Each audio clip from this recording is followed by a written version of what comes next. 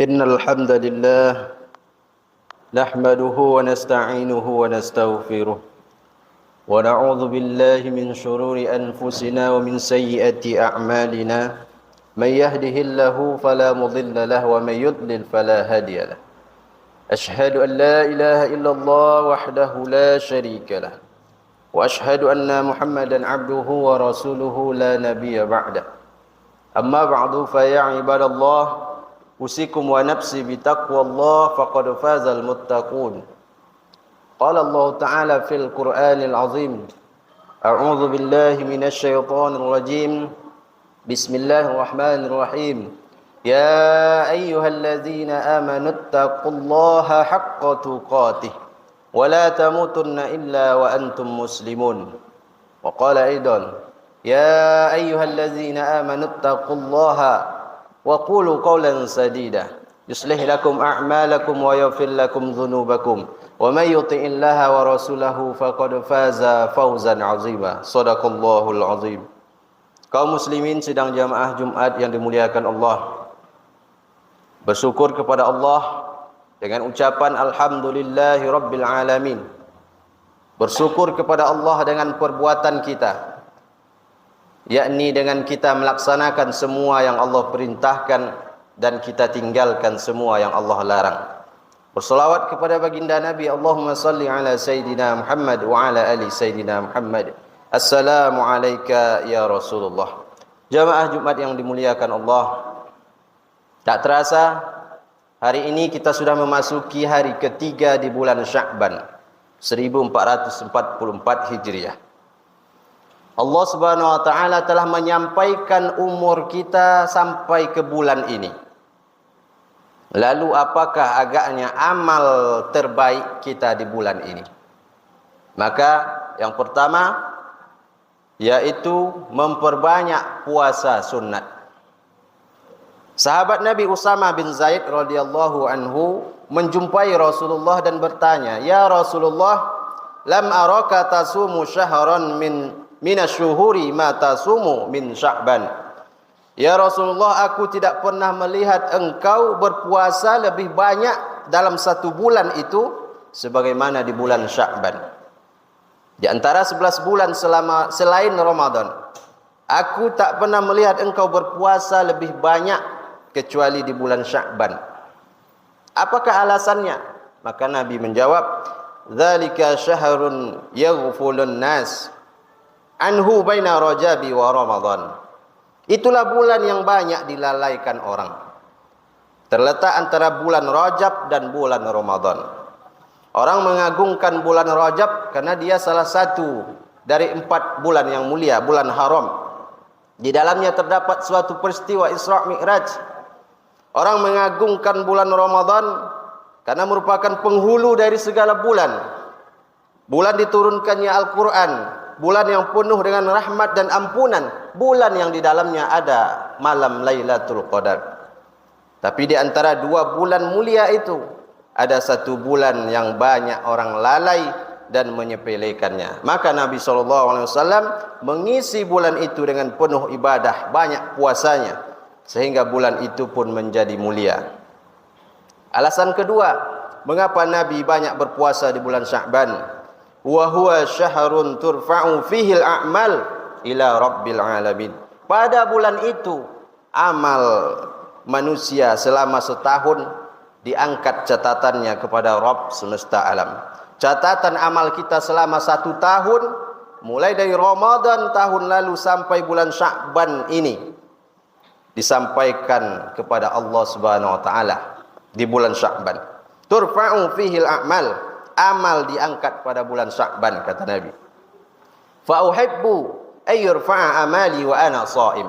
Dan aku senang, aku suka ketika amalku diperlihatkan kepada Allah, aku sedang puasa, kata Nabi sallallahu alaihi wasallam. Maka amalan yang utama di bulan Sya'ban yang dicontohkan oleh baginda Nabi adalah memperbanyak puasa sunat. Kemudian yang kedua, mengganti puasa yang tertinggal, mengqadha puasa. Bagi yang tidak ada hutang puasanya, maka kerjakan puasa sunat. Tapi bagi yang punya hutang puasa belum diganti sampai hari ini. Apakah dulu tak puasa itu karena ada uzur, sakit, musafir, atau karena di masa lalu dulu lalai dengan perintah Allah, memang sengaja tak puasa, meninggalkan puasa Ramadan? Maka firman Allah, "Faman kana minkum maridun."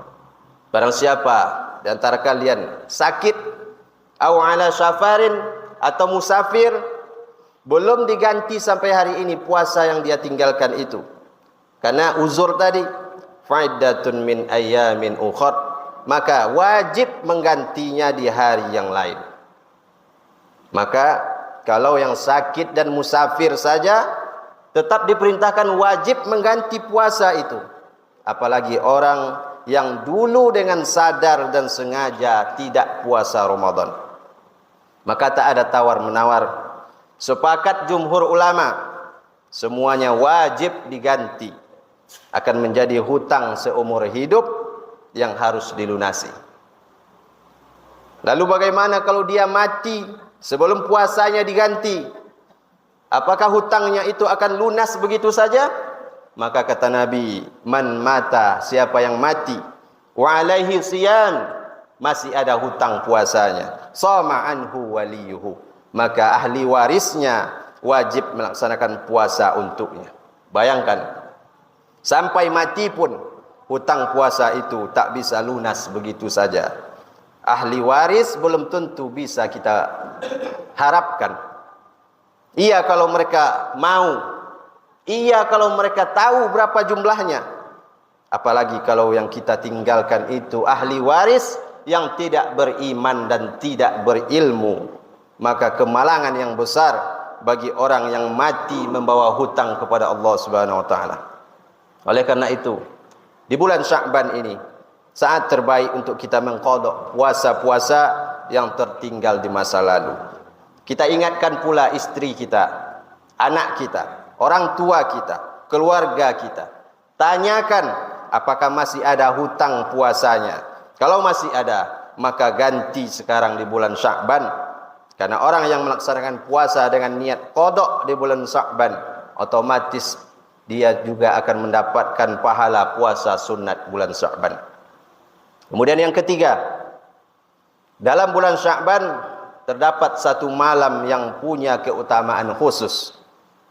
Dalam bulan ini ada satu malam yang dipilihkan oleh Allah, dikhususkan oleh Allah. Itulah dia malam nisfu Sya'ban, malam pertengahan di bulan Sya'ban. Hari ke-14, malam ke-15. Nanti lihat kalender di rumah, tandai tanggalnya. Kalau tak salah pas tanggal 7 Maret, hari Selasa, malam Rabu. Hadis Rasulullah disebutkan dalam Musnad Ahmad,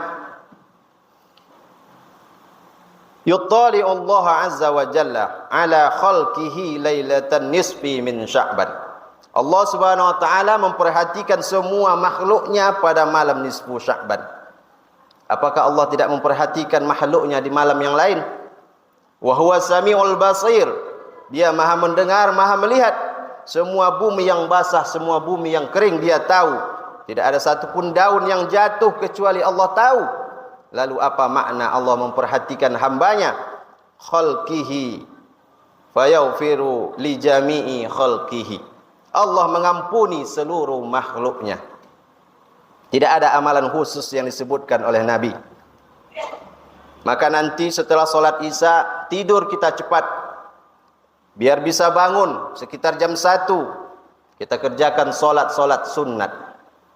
Mulai dari sholat sunat wudhu, sholat sunat taubat, sholat sunat hajat, sholat sunat tahajud 8 rakaat, sholat sunat witir 3 rakaat, baca Yasin, berzikir, beristighfar, bersolawat, memohon ampun kepada Allah Subhanahu wa taala atas silap dan salah dan dosa kita di masa lalu. Karena Allah bukakan pintu ampunan bagi hamba-hambanya pada malam itu. Tapi ternyata tidak semua yang mendapatkan ampunan itu. Karena di akhir hadis Nabi menyebutkan illa limusyrikin au musyahin, kecuali orang musyrik orang-orang yang masih menyekutukan Allah, yang masih meminta kepada setan, yang masih berkawan dengan jin, yang masih minta tolong pada dukun. Dia solat iya juga, tapi percaya juga sama dukun, percaya kepada jimat-jimat. Maka buang itu semua, bersihkan akidah kita, karena Allah tidak memberikan ampunan kepada orang-orang yang mempersekutukannya. Satu lagi kemudian, musyahin, orang yang masih bermusuhan, orang yang belum berdamai dengan saudaranya, belum berdamai dengan tetangganya, dengan kawan dan keluarganya. Maka mintakan ampun kepada Allah, bertaubat kepada Allah atas semua dosa-dosa. Tapi yang terkait dengan sesama manusia tak bisa selesai hanya dengan istighfar dan salat taubat, harus dengan minta maaf. Maka amal selanjutnya di bulan ini yaitu memperbaiki hubungan dengan sesama manusia. Sambung lagi silaturahim yang selama ini terputus. Karena Nabi bersabda, la tanzilu rahma ala qaumin fihim qati'ur rahim. Tidak akan turun rahmat Allah kepada kaum yang memutus silaturahim. Tak bermakna rukuk dan sujud kita itu kalau kita tak baik dengan tetangga. Tak ada artinya puasa yang banyak itu kalau dengan kawan putus hubungan. Tak ada artinya haji dan umroh berkali-kali kalau sesama saudara tak bertegur sapa. Maka di momen bulan Sya'ban ini, di hari yang mulia hari Jumat, kita merenung sejenak. Ingat-ingat lagi orang-orang yang pernah tersakiti oleh kita, yang pernah terluka hatinya karena lidah kita, yang pernah terzolimi oleh tangan kita, yang pernah susah hidupnya gara-gara kita. Maka jumpai dia, mintakan maafnya, rendahkan hati untuk meminta maaf kepada orang lain. Kesampingkan dulu ego yang merasa diri selalu benar. Bukan aku yang salah, tapi dia yang salah. Singkirkan dulu itu semua. Yang terpenting perbaiki hubungan dengan sesama manusia. Terhadap orang-orang yang punya salah kepada kita, lapangkan dada untuk memberinya maaf. Sebelum dia minta maaf, lebih dulu kita maafkan. Berat memang, tapi harus kita paksakan hati kita. Harus kita latih untuk bisa ikhlas, tidak baik meminta maaf dan memberikan maaf kepada orang lain. Mudah-mudahan Allah panjangkan umur kita, bisa kita berjumpa dengan malam nisfu Sya'ban, dan kita termasuk orang-orang yang akan mendapatkan ampunan Allah di malam itu. Dan selalu pula kita berdoa kepada Allah agar Allah panjangkan umur kita pula bisa berjumpa dengan bulan suci Ramadan tahun ini. Amin ya rabbal alamin. Barakallahu li wa lakum fi